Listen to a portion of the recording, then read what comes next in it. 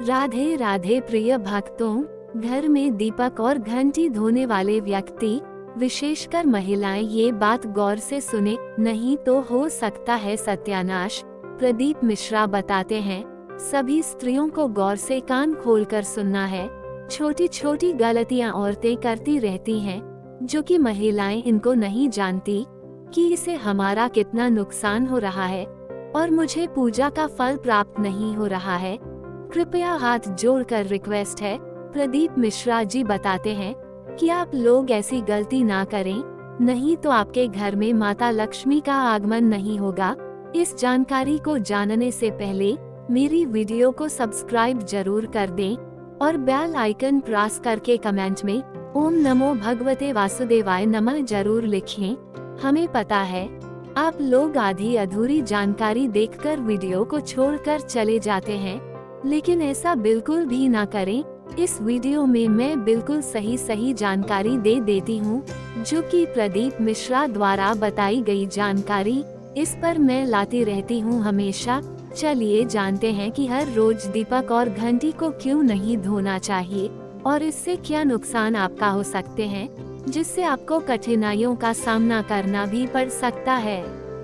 बहनों, माताओं, गृह लक्ष्मियों, यह कोई साधारण बात नहीं है जो मैं आपसे कहने जा रही हूँ। ये बात आपके घर की रक्षा से जुड़ी है, ये बात आपके कुल की समृद्धि से जुड़ी है और यह बात आपके पूजन के फल और देवी देवताओं की कृपा से जुड़ी है। इसलिए यह बात गौर से सुनिए, मन से सुनिए और अपने जीवन में उतार लीजिए। दीपक और घंटी घर की आध्यात्मिक रक्षा की ढाल। पूजा में जो दीपक जलाया जाता है न, वो केवल प्रकाश नहीं देता, वो घर में बसे अंधकार, नकारात्मक ऊर्जा, भय और दरिद्रता को भस्म करता है। और घंटी जो बजती है न, उसकी ध्वनि जहाँ जाती है, वहाँ के अशुभ और अपवित्र तत्व कंपित हो जाते हैं। अब जरा सोचिए, अगर वही दीपक और घंटी जो ईश्वर के आमंत्रण का माध्यम है, उन्हें हम अशुद्ध जल से धोते हैं, उन्हें बिना भावना, बिना शुद्धि, बिना मंत्रों के साफ करते हैं, तो क्या देवी देवता उससे प्रसन्न होंगे? गरुड़ पुराण कहता है, दीप शुद्ध वस्त्रेण यः पूजयति भक्तितः तस्य गेहे न बाधा स्यात् सर्वदा मंगलम भावेत। गरुड़ पुराण।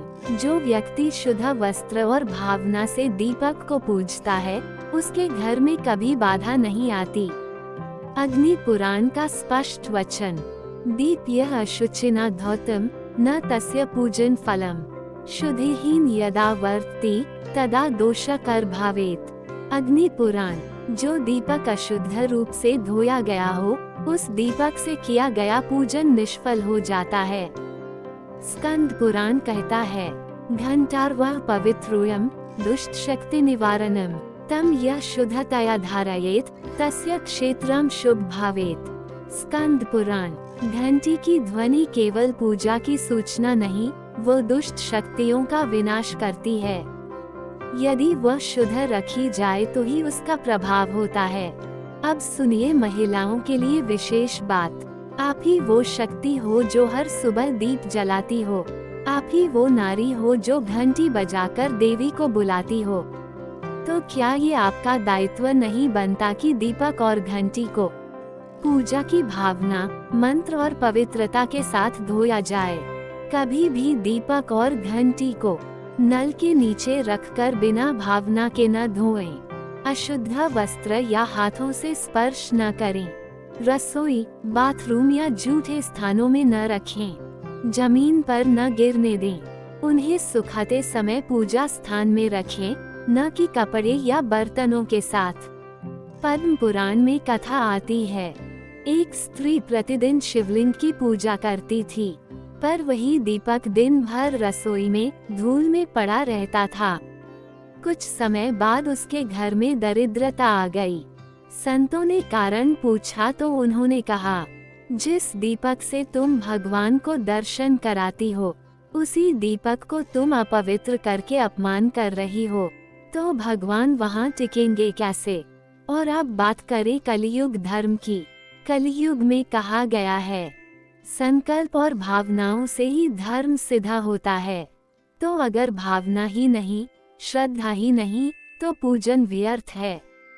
तो मेरी बहनों, सुन लीजिए, दीपक और घंटी को धोना एक धार्मिक कर्म है। ये सिर्फ सफाई नहीं, ये ईश्वर को आमंत्रण देने की तैयारी है। जब भी धोएं तो पहले स्नान कर लें, तुलसी या गंगाजल का प्रयोग करें, ओम दीपाय नमः और ओम घंटिकाय नमः का उच्चारण करें। इन्हें पूजा स्थान पर रखें। बच्चों को समझाएं कि ये कोई आम चीज नहीं तो क्या होगा, देवी लक्ष्मी रूठ जाएगी, घर में दरिद्रता घुस जाएगी, पूजा का फल नहीं मिलेगा, कुल में संकट आएगा और अंत में सत्यानाश तक हो सकता है। अंत में निवेदन, इस बात को केवल सुनिए मत अपनाए, अपने परिवार को समझाइए, हर घर में ये ज्ञान फैलाए। दीपक और घंटी को पूजा से जोड़िए, केवल वस्तु न समझिए। और विशेषकर महिलाएं, आप ही तो घर की देवी हो, तो इन देव सामग्रियों की सेवा भी देवी की तरह ही कीजिए।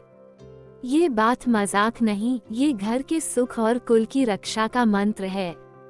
दीपक और घंटी को अपवित्र कर दिया तो हो सकता है सत्यानाश। उम्मीद करते हैं प्रदीप मिश्रा द्वारा बताई गई जानकारी आपको पसंद आई होगी। अगर पसंद आई है तो इग्नोर मत करना और मेरे चैनल को सब्सक्राइब करके बेल आइकन प्रेस कर लेना। कमेंट में ओम नमो भगवते वासुदेवाय नमः जरूर लिखें।